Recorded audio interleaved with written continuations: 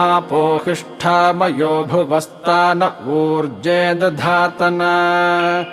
महेरणाय चक्षसे यो वः शिवतमो रसस्तस्य भाजयते हनः उशतीरिव मातरः तस्मा अरङ्गमामवो यस्य क्षयाय जिन्वथ आपो जनयथा च नः आपः पुनन्तु पृथिवीम् पृथिवी पूता पुनातु माम्